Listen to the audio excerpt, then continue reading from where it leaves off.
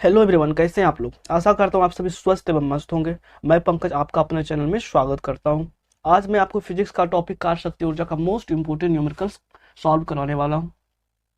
Numerical solve कराने से पहले मैं आपसे दरख्वास्त करना चाहूँगा, जो भी मेरे चैनल में नए हैं कृपया मेरे चैनल को सब्सक्राइब कर ले एवं बेल आइकन को भी प्रेस कर दे ताकि आने वाले वीडियो का नोटिफिकेशन आप तक पहुँचती रहे। चलिए तो हम लोग सॉल्व करते हैं इस न्यूमेरिकल को। न्यूमेरिकल सॉल्व करने से पहले हम जान लेते हैं कि ये जो कार्य शक्ति ऊर्जा का जो टॉपिक है इसके बारे में थोड़ा सा इंट्रोडक्शन ले लेते हैं। समझिएगा कार्य किसे कहा जाता है। देखिए, कार्य को इंग्लिश में कहा जाता है वर्क। ठीक है, इसको अगर परिभाषित हम करें किस तरह से परिभाषित कर सकते हैं कि किसी भी वस्तु को जो है क्या करते हैं, बल को लगाकर किसी वस्तु को जब हम क्या करते हैं विस्थापित करते हैं, विस्थापित करने की जो क्रिया है उसी को कहा जाता है कार्य। इसको परिभाषित करें क्या कर सकते हैं कि बल लगा के किसी वस्तु किसी ऑब्जेक्ट को बल की दिशा में विस्थापित करने की जो क्रिया है उसी को कहा जाता है कार्य। ठीक है, अब समझिएगा कि कार्य कैसी राशि है। कार्य एक अदिश राशि है। ठीक है, कार्य एक अदिश राशि है। इसको इंग्लिश में बोलते हैं स्केलर क्वांटिटी। ठीक है, चलिए अब समझिएगा कि अदिश राशि क्या है। अदिश राशि वैसी राशि है जिसका ना तो क्या हो, ना तो जिसका मास हो, यानी जिसका ना तो परिमाण हो और ना ही क्या हो डायरेक्शन हो, यानी कि ना तो दिशा हो। ठीक है, इससे क्या समझ में आया कि कार्य क्या है, अदिश राशि है यानी कि जिसका मास ना हो ना तो डायरेक्शन, यानी कार्य का ना तो मास होता है ना तो डायरेक्शन होता है, ना कि परिमाण ना ही डायरेक्शन। तो हम समझ गए होंगे। चलिए आगे चलते हैं। इसका एसआई मात्रक क्या होता है। कार्य का एसआई मात्रक होता है जूल। ठीक है, इसी तरह से आगे हम समझ लें कि सीजीएस मात्रक इसका क्या होता है। सीजीएस मात्रक इसका होता है अर्ग। चलिए इसी से आगे जो है, इसके आगे जो है पूछा जाता है, मान लीजिए कि 1 जूल बराबर कितना क्या होता है, कितना अर्ग होता है, ये समझिएगा।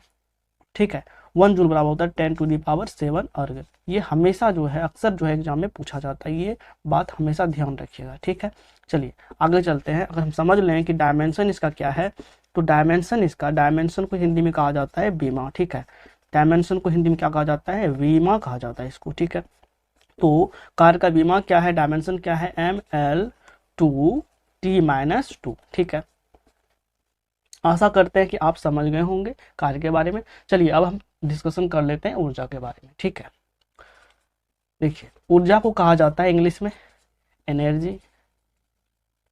ठीक है, अब ऊर्जा को हम किस तरह से परिभाषित कर सकते हैं। देखिएगा, कार्य करने की जो क्षमता होती है उन्हीं को कहा जाता है ऊर्जा, यानी capacity of the work is called energy, यानी कार्य करने की जो क्षमता है उसी को कहा जाता है ऊर्जा। अब समझिएगा इसका एसआई मात्रक क्या होता है ऊर्जा का। जो एसआई मात्रक कार्य का है वही एसआई मात्रक ऊर्जा का भी होता है। तो कभी कभी पूछा जाता है कि कौन सा मात्रक, कौन सा जो है दो राशि का मात्रक सेम है, यानी कि कार्य और ऊर्जा का मात्रक सेम है, यानी एसआई मात्रक इसका क्या हो गया, जूल।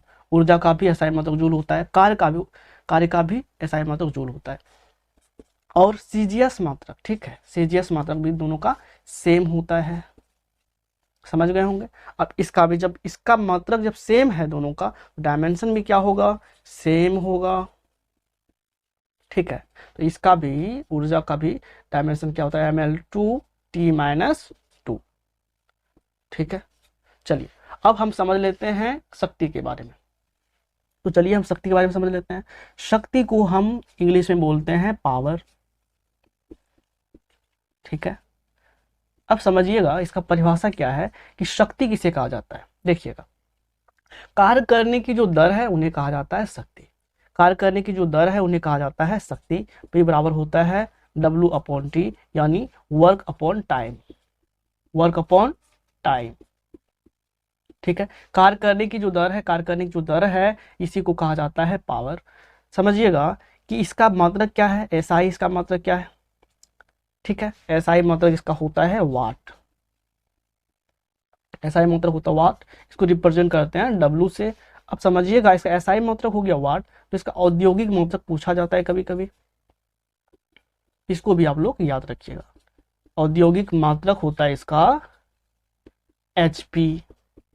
ठीक है, अब थोड़ा सा समझ लेते हैं कि 1 HP बराबर कितना होता है। 1 HP बराबर होता है 746 वाट। ठीक है, तो समझिएगा कि HP बराबर क्या हुआ, यानी HP 1 HP बराबर होगा 740 वाट। HP जो है HP बराबर क्या हो गया, समझिएगा, इसका फुल फॉर्म समझ लेते हैं। HP होता है हॉर्स पावर, हॉर्स पावर, ठीक है। तो चलिए अब थोड़ा सा समझ लेते हैं और आगे इसके बारे में। डायमेंशन क्या है इसका पावर का, इसका डायमेंशन है mL/T-3, ठीक है। तो शक्ति का डायमेंशन क्या है, mL/T-3। आशा करते हैं आप लोग सभी समझ गए होंगे। तो चलिए अब हम लोग नॉमेरिकल की ओर चलते हैं, नॉमेरिकल को सॉल्व करते हैं, किस तरह से इस तरह का नॉमेरिकल सॉल्व किया जाता है। तो चलिए हम लोग नॉमेरिकल सॉल्व करते हैं। थोड़ा सा इसको मिटा लेते हैं, इसके बाद नॉमेरिकल सॉल्व करेंगे, ठीक है।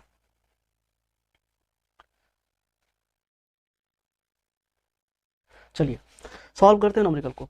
यहाँ देखिए पहला सवाल क्या दिया गया है, पहला कहता है यदि बल यानी कि F बराबर 0 है, इसलिए किया गया कार्य, है ना, किया गया कार्य यानी W बराबर क्या होगा, वाट, ठीक है। इस तरह का जो है अगर सवाल दे किस तरह हम सॉल्व करते हैं तो समझिएगा, यानी यहाँ दिया गया है, गिवन है, दिया गया है F बराबर 0, ठीक है, और W बराबर मांग रहा है हमसे। इसमें हम फॉर्मूला का यूज करते हैं, W बराबर FS। क्या यूज करते हैं, FS। समझिए बात को।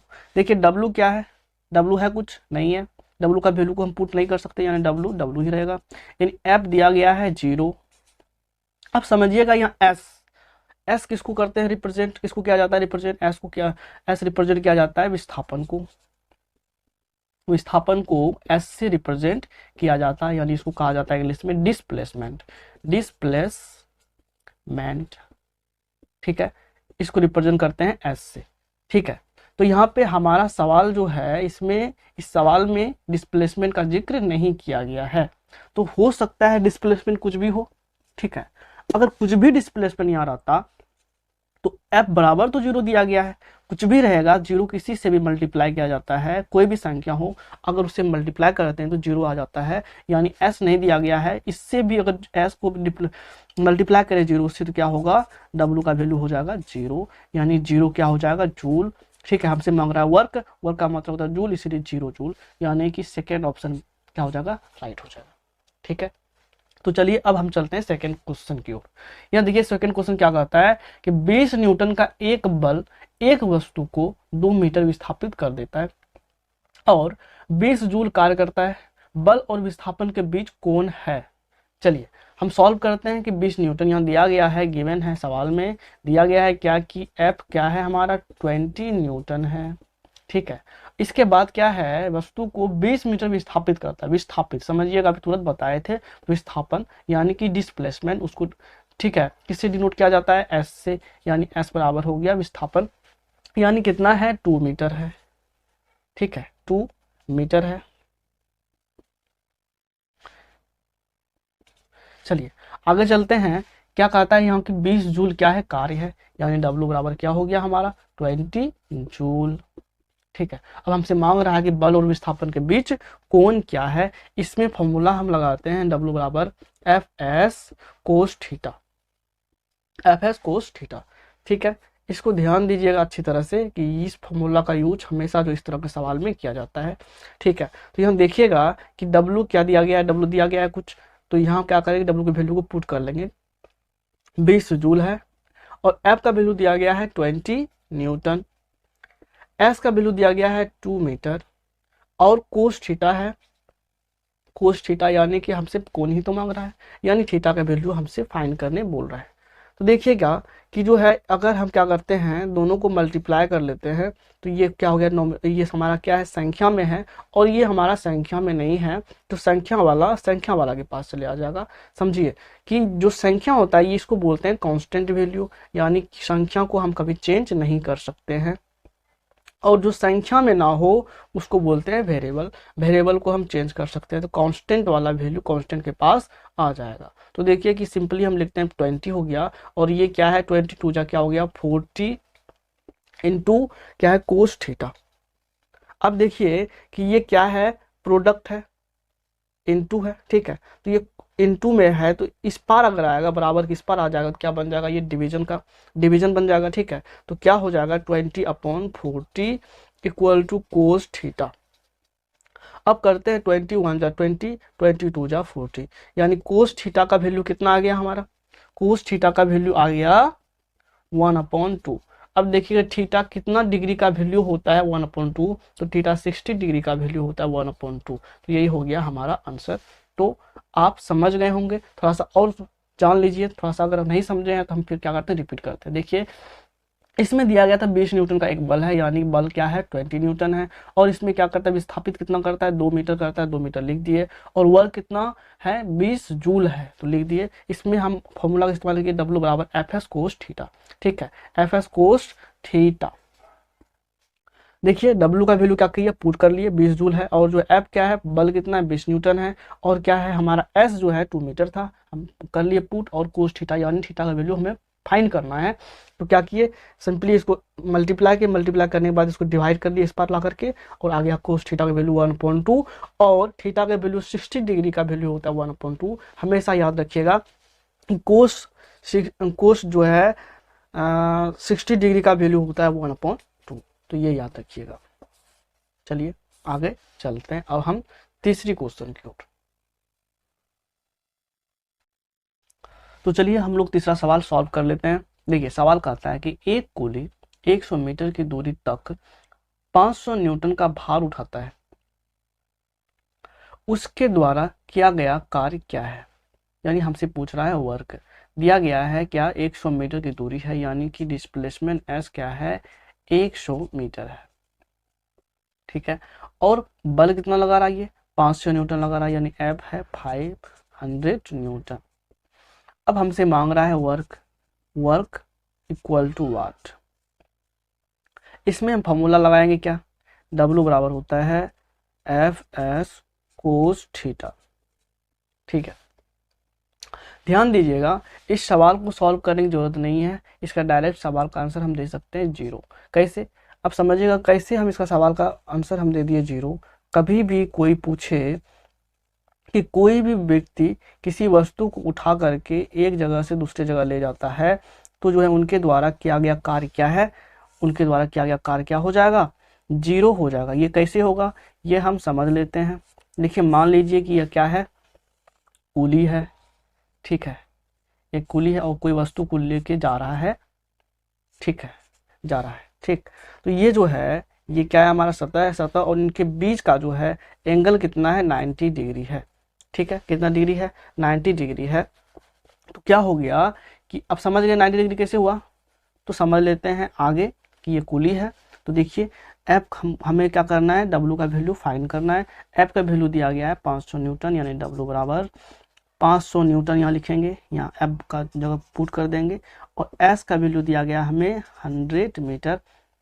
अब ध्यान दीजिएगा कि कोस थीटा का वैल्यू भी तुरंत बताया कितना, कुली के द्वारा अभी 90 डिग्री बताए थे अभी तुरंत, है ना, क्योंकि कुली उठा रहा है। कुली जब उठा रहा है तो कुली क्या करेगा, अपने माथे में रखेगा वस्तु को, और जो ये क्या होगा पैर होगा, तो इनके बीच में अगर जब क्या हो ऐसे मतलब खड़ा हो कोई व्यक्ति, क्या होगा 90 डिग्री का एंगल बनाता है, तो 90 डिग्री का एंगल बनाया। तो ध्यान दीजिएगा कि W बराबर क्या होगा, ध्यान दीजिएगा ये 500 है, रहने देते हैं अभी हम, 100 है रहने देते हैं। देखिए कोस 90 डिग्री का वैल्यू होता है 0। ध्यान दीजिएगा कि कोस 90 डिग्री का वैल्यू क्या होता है 0, ये हमेशा याद रखिएगा। इससे पहले सवाल बताए थे कोस 60 डिग्री का वैल्यू 1/2 होता है, लेकिन कोस 90 डिग्री का वैल्यू होता है 0। अब 0 को अगर हम मल्टीप्लाई करते हैं 500 में और 100 में, तो क्या हो जाएगा, पूरा वैल्यू 0 बन के आ जाएगा। क्योंकि 0 किसी भी संख्या से, अगर हम 0 को किसी भी संख्या से मल्टीप्लाई करते हैं तो उसका वैल्यू क्या कर देता है, 0 कर देता है, यानी W बराबर क्या हो गया 0। यानी इसका आंसर किस तरह से 0 आया, समझ में आया होगा आप लोग को। तो आशा करते हैं आप लोग अच्छी तरह से इस क्वेश्चन को समझ गए होंगे, यानी इसका आंसर हो जाएगा 0। कितना कार्य हो जाएगा 0। चलिए हम बात करते हैं चौथा क्वेश्चन के बारे में। देखिए चौथा क्वेश्चन क्या कहता है कि 20 न्यूटन का बल किसी वस्तु पर कार्य कर रहा है। ठीक है, क्या बोला, 20 न्यूटन का बल किसी वस्तु पर कार्य कर रहा है, वस्तु बल की दिशा में 4 मीटर के माध्यम से विस्थापित है, तो किया गया बराबर है 20 न्यूटन। ठीक है, इसके बाद विस्थापन दिया गया है 4 मीटर, एस दिया गया है 4 मीटर।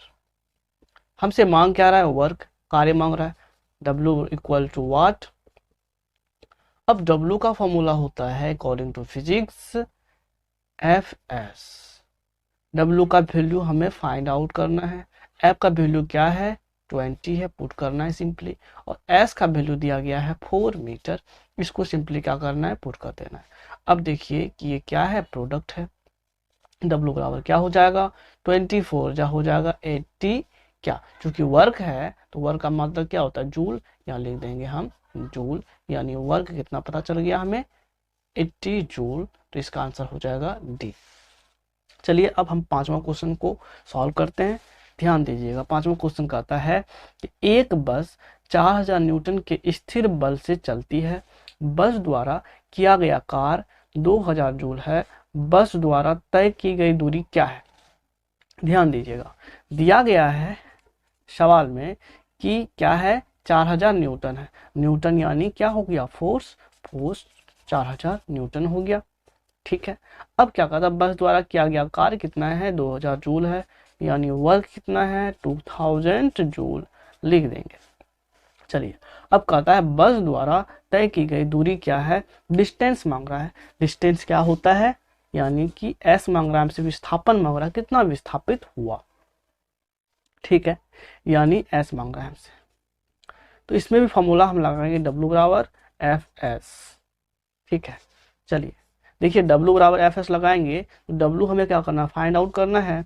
F का वैल्यू दिया गया है कितना है 1 मिनट, सॉरी हमसे क्या मांग रहा है, हमसे मांग रहा है दूरी मांग रहा है ना, ठीक है। तो W का वैल्यू दिया गया है कितना है 2000 है, F का वैल्यू दिया गया है 4000 है, और S का वैल्यू हमें फाइंड आउट करना है, ठीक है। अब यहाँ ध्यान दीजिएगा ये है प्रोडक्ट, प्रोडक्ट से इस पर आएगा क्या बन जाएगा, डिवीजन बन जाएगा, यानी 2000 अपॉन क्या हो जाएगा 4000, यहाँ इक्वल टू हो गया S, 30 ऊपर नीचे क्या हो जाएगा कैंसिल हो जाएगा, 2 1 जा 2, 2 2 जा 4, यानी S का वैल्यू हो गया 1/2। जब इसको हम काटते हैं तो ऊपर क्या है 1 नीचे 2 है, तो काटेंगे तो क्या होगा 0.5 क्या हो जाएगा मीटर हो जाएगा, ठीक है। तो क्या हो जाएगा 0.5 मीटर, ये हो गया आंसर इसका, ठीक है। तो देखिए आज हमने जो है टाइप 1 का क्वेश्चन को सॉल्व किया है, 5 क्वेश्चन लिया था इस हमने, ठीक है। आने वाले वीडियो में जो है टाइप 2 को डिस्कशन किया जाएगा। आप लोग जो भी मेरे चैनल में नए हैं कृपया मेरे चैनल को सब्सक्राइब कर दीजिएगा, आने वाले वीडियो का नोटिफिकेशन आप तक मिलती रहेगा, ठीक है। चलिए थैंक यू, बाय बाय।